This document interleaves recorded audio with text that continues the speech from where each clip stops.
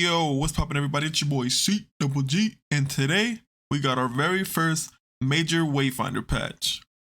This patch is now live as of August 30th, 2023, and the devs want you to know that this patch will not have a ton of adjustments or bugs you might have encountered in early access, as it was locked before we even went live, meaning the patch will address some early access feedback directly, won't come until the next patch.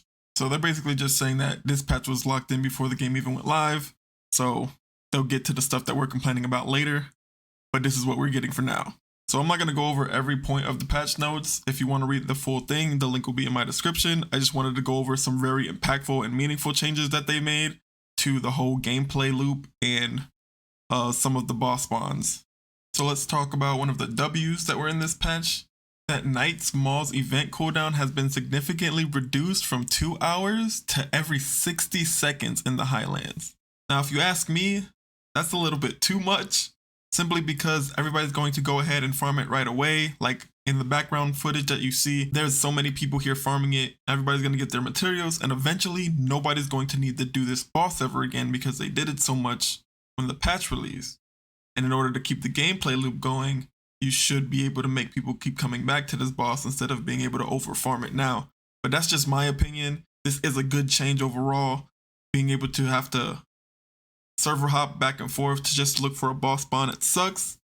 But yeah, that's a good patch and that's a good change. They did not do the same thing to Pyre, even though engaging with the talent of Pyre in the Highlands no longer leads to a server crash, which is also a huge W. Every time I try to fight that boss, I get kicked from the game, and it was not a pleasant time. So those are two very, very positive patch notes. Another good thing is that they fixed the hidden knowledge side quest, so you can now complete it in any Aurelian Lost Zone, and you can also do any variant of the Decoder event to get progress towards the hidden knowledge quest. But right above it makes it completely pointless anyways, because you barely get any experience for doing it. Because this bug fix, where side quest experience was scaling unintentionally with difficulty spheres, has been patched. I made 2 videos on how to level your characters, and both of those videos no longer apply to how to level in this game anymore. It took literally hours of grinding to get my Venomous from level 1 to 25, I think she's at right now. Like 10 hours or more. That's going to take 10 times as long now. And that was just going into a dungeon, collecting some book pages, turning them into the curator, abandoning, rinse and repeating.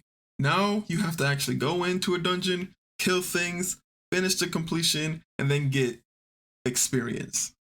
It's going to take super long time. And even though it doesn't really affect me too much, because I'm going to play the game whatever, but for casual players who can only level up one character or don't have the time to be leveling up ults for a super long time or want to try out different weapons, it's going to be hard for them. And I don't understand this change. They're probably going to introduce some extra leveling tactics in the future, but that is, as of right now, this is a horrible change for anybody who plays this game casually. Now they made another change to the game, but this one wasn't in the patch notes. The boss, the First, they fixed the cheese where you can just jump off the map during the plates phase and get teleported to the top to wait for that phase to be over.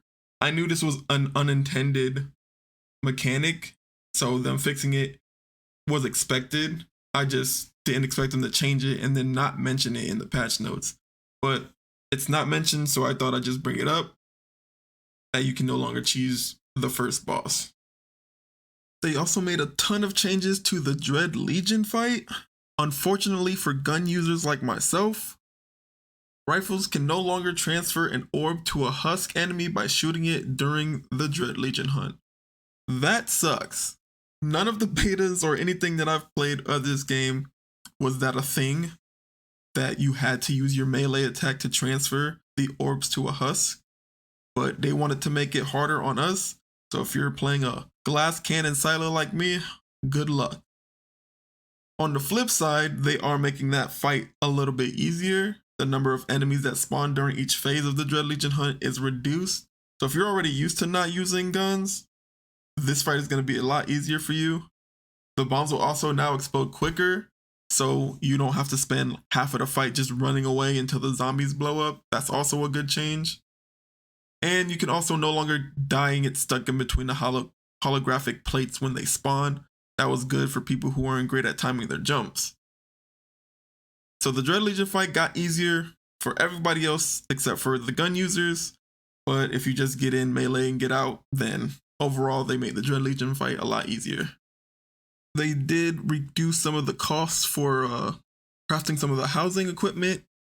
Also, they made a change that only the person who owns the house with the trickster artifact in it can interact with it. I thought this was funny because I had my friend coming over my house every single day to get their chance at a trickster coin, which was funny, but now they patched that, so that's unfortunate for him. They did reduce some of the costs for crafting some of the housing equipment.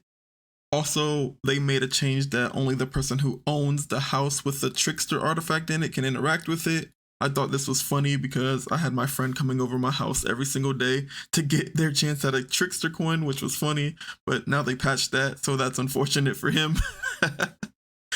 Then there were a couple of character skill fixes and then a whole list of known issues and issues that they're keeping track of. But I was really disappointed to not see anything about affinity resets being a thing, or the fact that certain accessories only dropped at level 1.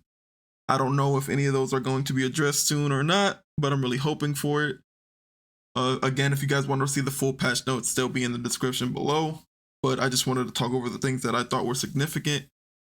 If you have any questions, make sure you ask them in the comment section below.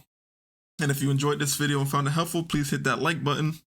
I got a kind of a special video coming out for you guys in a couple of hours, so make sure you hit that sub button and turn on that notification bell so you can get notified right when it goes live.